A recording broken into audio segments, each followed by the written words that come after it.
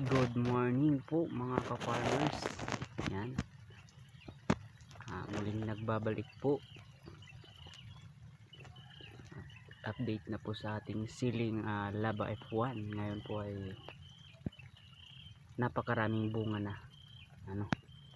After natin na maubos lahat ng bunga nun nung dati. Ngayon panibagong bunga na naman po. At marami ng hinog. Bali kahapon nakapag-harvest na rin po ako dito. Bali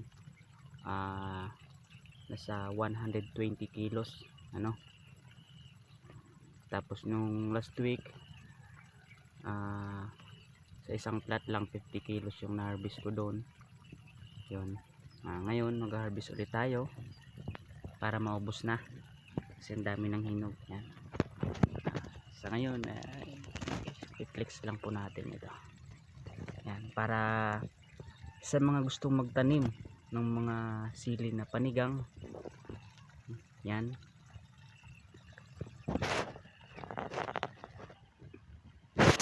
Subukan nyo ito mga ka-farmers. Talagang yan, maraming bumunga. Wala na nga po akong madaanan kasi yung mga sangay yan, nagtumbahan na sa gitna.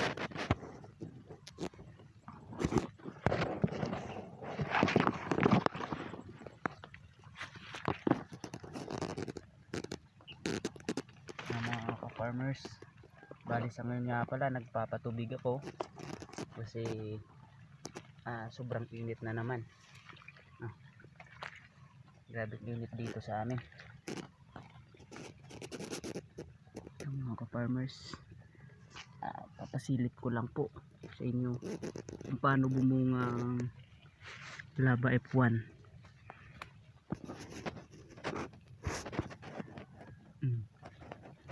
Yung bunga lang na nakikita nyo nandito lang sa gitna. Meron pa yan sa taas. Yan.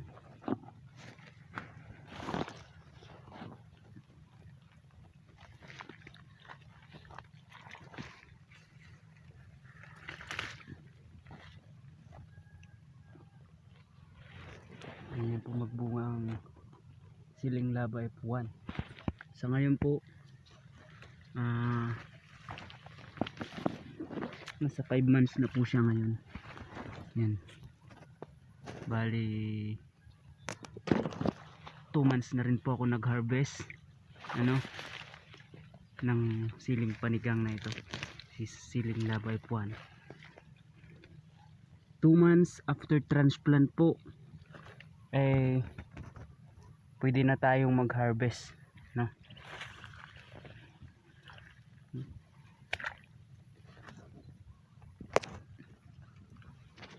ang ating siling panigang. Mga ka-farmers, ganyan po mag bunga si Laba F1.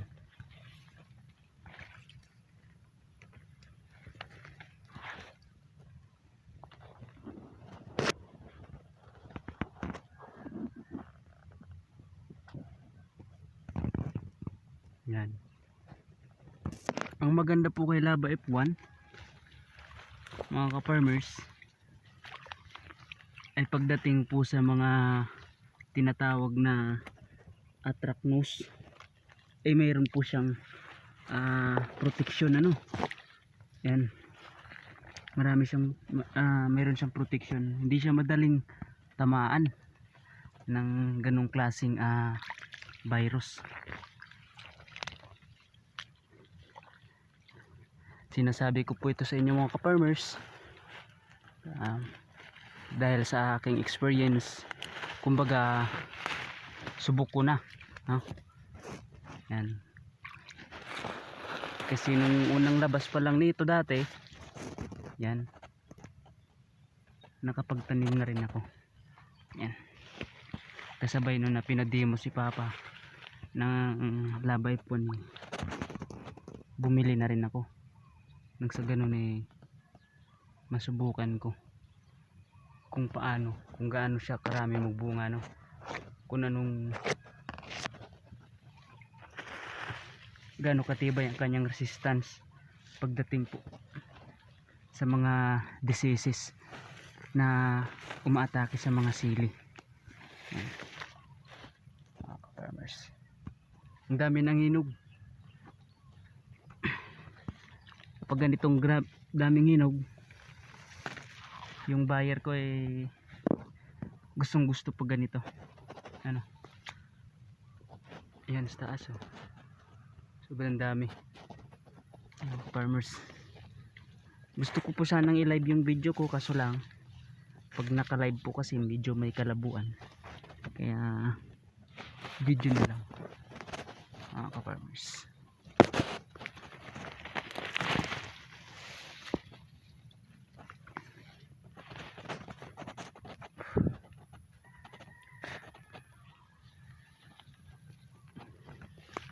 Medyo yung dahon nga lang ngayon eh nangulot, gawa ng nung mga nakaraan halos isang buwan po na malakas ang habagat, araw-araw ang init, walang hamog po paggabi, walang ambon, hindi nababasa yung dahon, kaya laging dry po yung mga dahon kaya siguro isa yun sa dahilan kung bakit nangulot ang sili. Kasi yung mga nakausap ko tanong ng tanong sa akin, ano daw ba ang mabisang pesticide o chemical sa mga nangungulot na sili. Yun nga, ang sagot ko naman normal lang siguro sa panahon ngayon kasi sobrang init. Kasi yung sili ko ganun din gumamit nga ako ng mga malakasang gamot wala pa ring epekto. Kaya ang ginawa ko, pinabayaan ko na lang. Pero ngayon nasa recovery na siya dahil hindi na pumahangin kahit sobrang init. Paggabi may ambon, may hamog ang dahon, kaya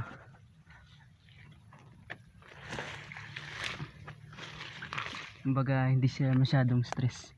Yan mga ka-farmers, dito mapapansin nyo medyo may kaliitan yung bunga, pero pa lang siya, alanganin pa, yung bata pa. Yan mga ka-farmers, daming bunga.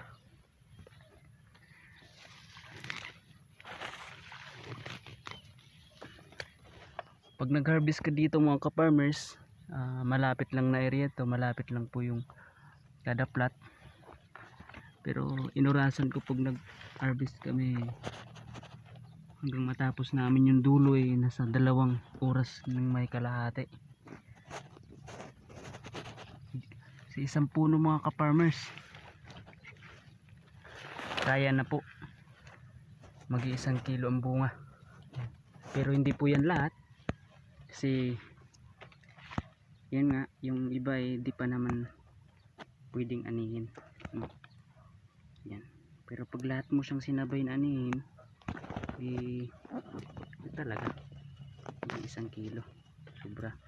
Yan mga ka-farmers ito, pag in-harvest mo ng ganun, puno na yung kamay mo sa sanga lang na yan. Kaya mga ka-farmers, ito yung sa mga nagtatanim ng sili, ito lang yung magiging advice ko sa inyo. Yan. Dahil sa aking experience, ito po yung sili na mas grabe bumunga. Yan dami bumunga mga ka-farmers.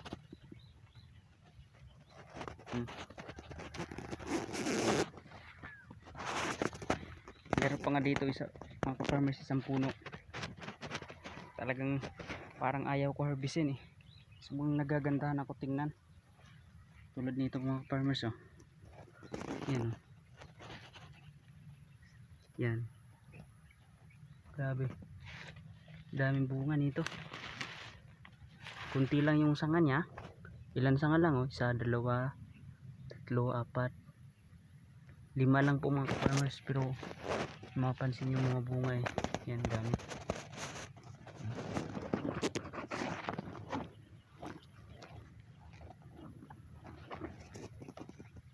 Dami mga farmers. Talagang ano, bigay na akong bigay, bumunga no. Yan. Pero pag ganito na mga ka-farmers, pag marami ng hinog eh, dapat talaga mag-harvest na tayo. Kasi pag pinabayaan pa natin eh, madali pong ma-stress yung sili natin. Kumbaga madali siyang tumanda. Ano, hindi na nagkakaroon ng bagong usbong na mga talbos. Kasi lahat po ng ano na ano eh dun pumupunta sa bunga. Ano? Yan, dami na. Hinog na. Yan lamang po ano, mga ka-farmers. Yan. Maraming salamat po. Yan, at happy farmers sa lahat. Mabuhay po ang magsasaka.